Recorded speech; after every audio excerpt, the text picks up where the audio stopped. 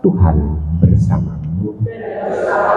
Inilah Injil suci menurut Santo Matius. Ketika orang-orang Farisi mendengar bahwa Yesus telah membungkam orang-orang Saduki, berkumpullah mereka. Seorang dari antara mereka, seorang ahli Taurat, bertanya kepada Yesus hendak mencobai dia.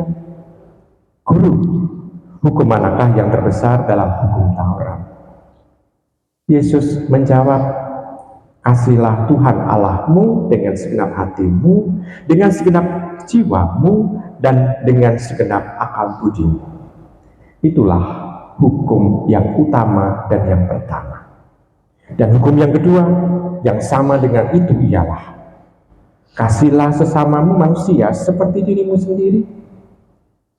Pada kedua hukum inilah tergantung seluruh hukum Taurat dan kitab para nabi. Demikianlah sabda Tuhan. Ibu bapak, saudari saudara terkasih dalam Tuhan, pada bacaan Injil kita mendengarkan di sana ungkapan warta dari Tuhan sendiri yang sebetulnya meringkas dari hukum Taurat. Dan hukum Taurat bukan hanya berasal dari satu kitab, tapi dari dua kitab. Dan di situ kita bisa melihat bahwa Tuhan menghendaki supaya kita pun itu juga menjadi semacam pelaksanaan dari firman Tuhan yang diambil dari kitab Taurat pula, yakni kasih, hukum kasih. Dan orang seringkali misalnya itu mentafsirkan bahwa hukum Taurat itu adalah hukum yang penuh dengan hukuman. Hukum Taurat penuh dengan hukuman, seolah-olah Tuhan itu maha penghukum. Tetapi ternyata kita bisa melihat dalam Injil ini, hari ini, kita bisa menangkap bahwa inti dari Injil dari kitab Taurat dan juga kitab Nabi itu bukan hukuman dari Allah, tetapi justru kasih. Dari situ kita bisa melihat, oh, kalau ini hukum kasih, lalu wujud kasih apa? Yang menarik adalah kasih kepada sesama manusia. Dan situ kita bisa melihat Tuhan ingin supaya manusia itu mengasihi sesamanya. Tidak hanya yang satu ras, tidak hanya yang satu agama, tidak hanya yang satu golongan, tetapi semua manusia. Jadi kita bisa melihat di sana Tuhan menginginkan itu. Dan kehendak dari Sang Pencipta itu menginginkan supaya manusia juga tidak terkotak-kotak. Walaupun dalam praktek kehidupan yang nyata, seringkali ada kotak-kotak dalam hidup ini. Dan kita juga merasa bangga, karena ini bulan Agustus adalah bulan kemerdekaan bangsa kita sebetulnya. Itu juga mengingatkan kita akan aspek yang kita tidak terkotak-kotak sebetulnya. Berbagai macam suku, berbagai macam bahasa, berbagai macam perbedaan yang ada tetap bisa menyatu. Dan itu sebetulnya adalah kehendak Tuhan Sang Pencipta. Dan sebetulnya kita sudah mempraktekkan dalam kehidupan yang nyata.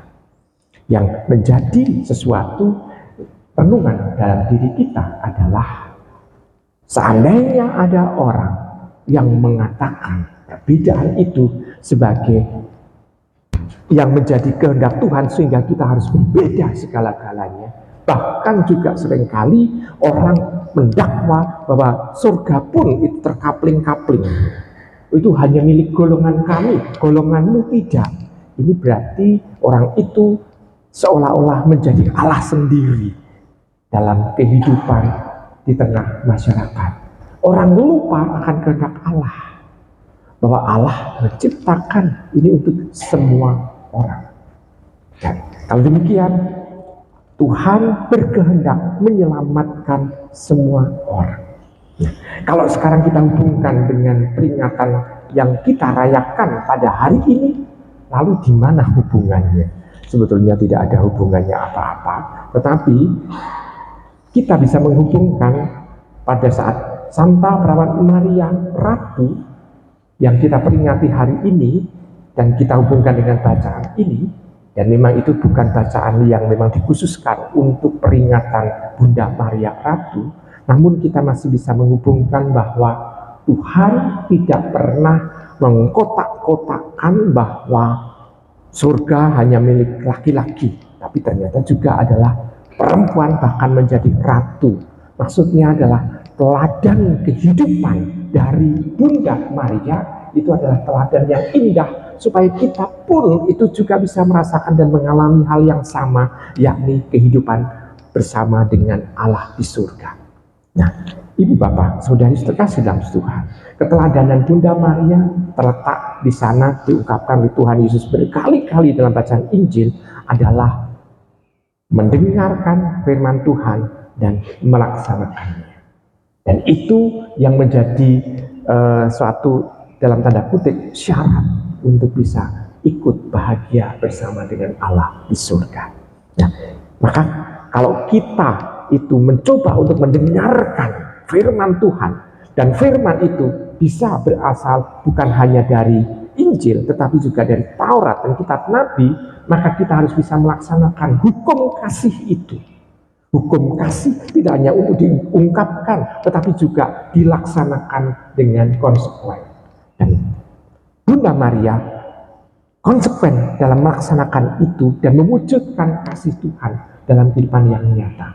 Maka kita sebagai pengikut dan yang menjadikan Bunda Maria itu teladan bagi hidup kita, hendaknya kita juga melakukan dengan konsekuen. Kita tidak hanya memilah-milah, oh saya pengikut Kristus, maka saya hanya ikut Injil saja. Tetapi juga kitab-kitab yang lain jangan sampai diabaikan. Kita harus memperhatikan Injil memang, tetapi yang lain tidak boleh kita lupakan.